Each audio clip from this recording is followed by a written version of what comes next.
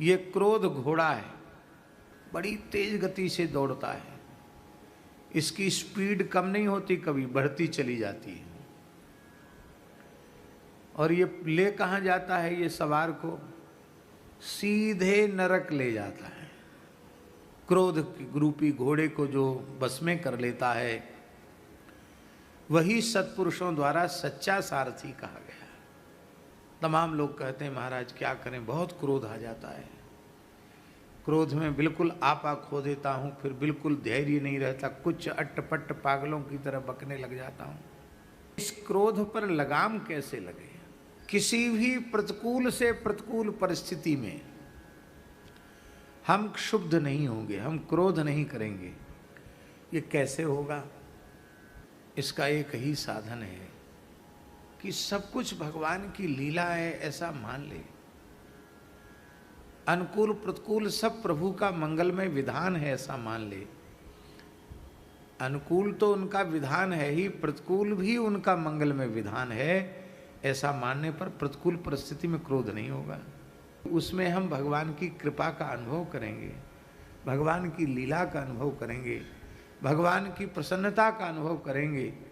जो दूसरों के द्वारा कहे गए कठोर वचनों को सह लेता है, उलट कर क्रोध नहीं करता है, अपनी निंदा को सह लेता है, अपने तिरस्कार को सह लेता है, समझना चाहिए उस भाग्यशाली व्यक्ति ने संपूर्ण संसार पर विजय प्राप्त कर ली। कि इस संसार का सबसे बड़ा वीर वही है जो क्रोध को जीत लेता है, जो निंदा को तिरस्कार को सहन कर लेता है। आज से लगभग 40 वर्ष पुरानी घटना होगी। एक संत 5,000 रुपये दे गए हमको। कितने? महाराज जी के पास बैंक भी चलता था। उस बैंक में 24 घंटे में 1 मिनट की छुट्टी नहीं होती थी। जब तक महाराज जी उपलब्ध हैं तब तक उनका बैंक चालू है। जो अब महात्मा भी ऐसे नोट बदलने आते थे नागिया जी, कि एक नोट आधा नोट 50 का और आधा नोट 100 का, आधा गायब। कहते महाराज चल जाएंगे? कहते बहुत बढ़िया से चलेंगे। तुरंत नए नए 150 रुपये उसको निकाल के दे देते। ऐसे नोट आते थे जो बट्टे में भी नहीं चल सकते। और ऐसी विचित्र बैंक थी बाबा। श्री मनसुखलाल जी साल में एक बार जाते थे बाहर रामचरितमानस के पाठ के लिए, तो पैसा जमा कर देते। ज़्यादा पैसा नहीं मिलता था, 200 रुपये, 250 रुपये, 500 रुपये, ज़्यादा से ज़्यादा महाराज जी के पास जमा कर देते। और हर मंगलवार शनिवार को आधा किलो पेड़ा, एक फूलमाला, सिंदूर, एक चमेली के तेल की शीशी हनुमान जी को चूल्हा चढ़ाने के लिए, उसके लिए महाराज जी से 100 रुपये में हो जाता था, 100, 150, 100, 125 रुपये में। तो महाराज जी उनको देते और कहते, और वो कहते बाबा कहे हमारे खाते में से काट लेना। तो महाराज जी कलम उठा के कहते हाँ काट लिए। अब 500 रुपये ख़त्म होने में कितना समय लगेगा? 4 मंगलवार आते, 4 शनिवार आते।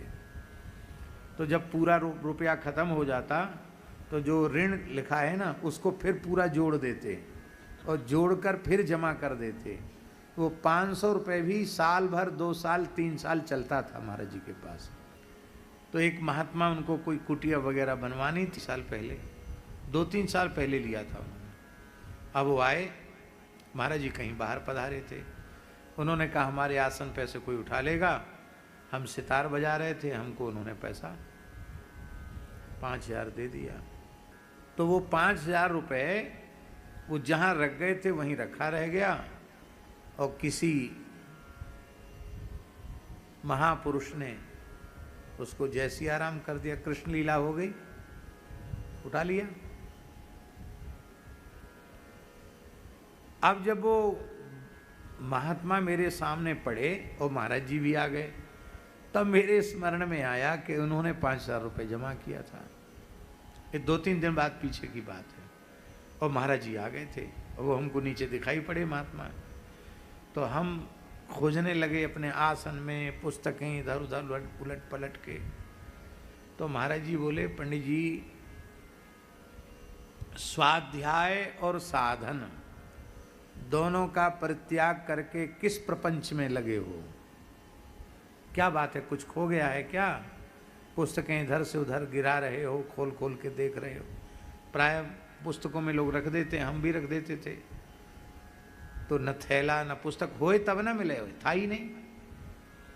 तो हमने डरते डरते कहा, महाराज जी अमुक महात्मा पैसा ले गए थे, वो तो दे गए 2-3 दिन पहले, लेकिन हमसे बड़ी भूल हो गई, कोई उठा ले गया। अरे उठा ले गया तो उठा ले गया, जिसको आवश्यकता थी वो ले गया, अब इसके लिए इतना शोक क्यों करना? अरे जमा ही तो करना है। तो डायरी उठाई और जुगल शरण जी के जहाँ पैसा लिया था लिखा था, उनके बैंक के खाते में लिख दिया, पैसा जमा हुआ। जिस तारीख को आए थे उस दिन पैसा जमा हुआ। तो उन्होंने तो पैसा जमा कर दिया, अब उनका काम पूरा हुआ, हमने स्वीकार कर लिया। ये 2 वाक्य महाराज जी ने कहे और एकदम सामान्य भाव से वे अपने कार्य में लग गए, हमको भी अपने कार्य में लगा दिया। ये बात बहुत छोटी सी है, पर आप विचार करो, आज से लगभग 40 साल पहले 5,000 रुपए की कोई कीमत होती थी कि नहीं? आज का 20-25 हजार रुपये होगा कम से कम, ज़्यादा होगा है? और इतनी बड़ी राशि को जैसे कुछ भी नहीं तो ये तो कहते कह रहे तुम बड़े प्रमादी हो, बड़े भुल्लड़ हो, बताओ भूल गए, क्या गलती करते हो, अब कहाँ से हम भरेंगे? कुछ नहीं, एक वाक्य नहीं कहा, तनिक भी क्रोध नहीं आया तत्काल, किसी भी परिस्थिति में क्रोध नहीं। ध्यान से सुने, क्षमा भाव को ही क्रोध कहते हैं। एक तरफा यह निर्णय कर लेना कि हमें क्षमा ही करना है, बस इतने से ही क्रोध उत्पन्न नहीं होगा। कि आप क्रोध रहित अवस्था में जीवन भर रह सकते हैं, पर क्रोध युक्त अवस्था में 24 घंटे भी नहीं रह सकते। 24 घंटे भी क्रोध आप में रहेगा तो आपकी मृत्यु हो जाएगी। इसका मतलब है जो हमारे चित्त को विकृत बनाने वाले तत्व हैं, आने जाने वाले हैं, वे नित्य नहीं हैं, वे हमारा स्वरूप नहीं है। हमारा स्वरूप तो है प्रशांत शांत, यही हमारा स्वरूप है। श्री शुक्राचार्य जी कह रहे हैं,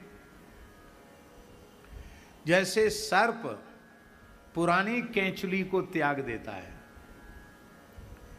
उसी प्रकार से मनुष्य उभरने वाले क्रोध को क्षमा के द्वारा जब त्याग देता है तो वह व्यक्ति श्रेष्ठ पुरुष माना जाता है।